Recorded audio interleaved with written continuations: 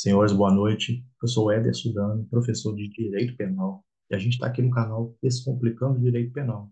Como prometido, nós vamos fazer abordagens rápidas e detalhadas de crime por crime, para chegar na hora da prova ou do seu concurso, você não errar o crime que a gente tratar aqui. Bacana? Então, hoje eu escolhi um crime que é o crime de resistência, previsto no artigo 329 do Código Penal. Vamos lá.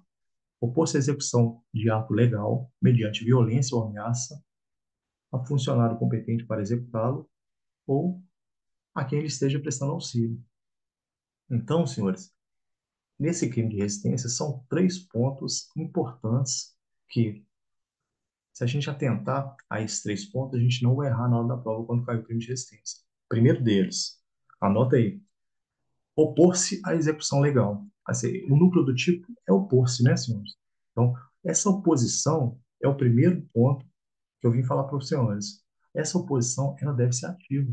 Então, não pode ser uma oposição passiva. Então, muitos autores chamam de oposição belicosa, né? Então, por quê? Porque ela é mediante violência ou ameaça, tá? O caput fala em ameaça, ele não fala em grave ameaça, tá? Então, assim, essa oposição, ela tem que ser mediante violência ou ameaça.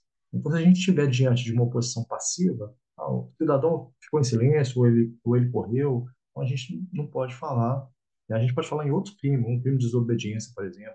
Agora, o crime de resistência, ela tem que ser mediante violência ou ameaça.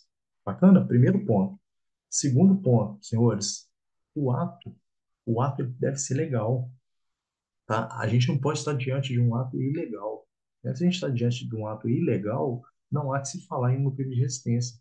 Pode ser invocado até uma legítima defesa, né?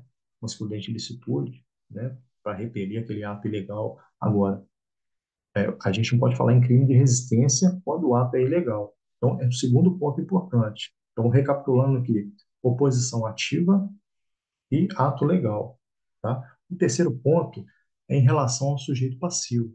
Só tomar cuidado aqui, em regra vai ser o funcionário público, mas pode ser o particular também que esteja auxiliando o funcionário público naquele momento, tá? Então, só tomar cuidado quanto a isso. Então, em regra vai ser o funcionário público, né? Legalmente ali, na sua função, ou agindo em razão dela, tá? Mas pode ser o particular também que esteja auxiliando o funcionário público. Bacana?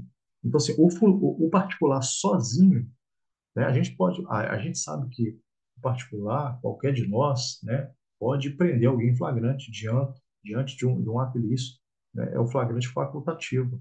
Só que o particular sozinho, ele não pode ser passivo do crime de resistência, tá? Só tomar cuidado nessa parte aí, tá? Então, esses são os três pontos importantes que estão no caput, né? Então, para a gente não errar mais no crime de resistência. Então, já que a gente está aqui, vamos matar aqui nos dois parágrafos sequentes aí. Se o ato, em razão da resistência, não se executa, a pena aumenta, né? A pena que era de detenção passa a ser de reclusão de 1 a 3 anos, ok? Então, assim, houve uma resistência, mas se a gente for analisar o caput, não necessariamente o ato não aconteceu. Agora, se por causa da resistência, por causa daquela violência empregada, né, o ato não se consuma, tá? A pena é aumentada. Bacana? Tomar cuidado com esse parágrafo primeiro também. E, parágrafo segundo, as penas deste artigo são aplicáveis sem prejuízo das correspondentes à violência. Ou seja, o sujeito lá imprimiu violência ou ameaça, né, ao funcionário público. Então, assim, e nisso gerou uma lesão corporal, por exemplo. Então, ele vai responder, né, no cúmulo material, tá?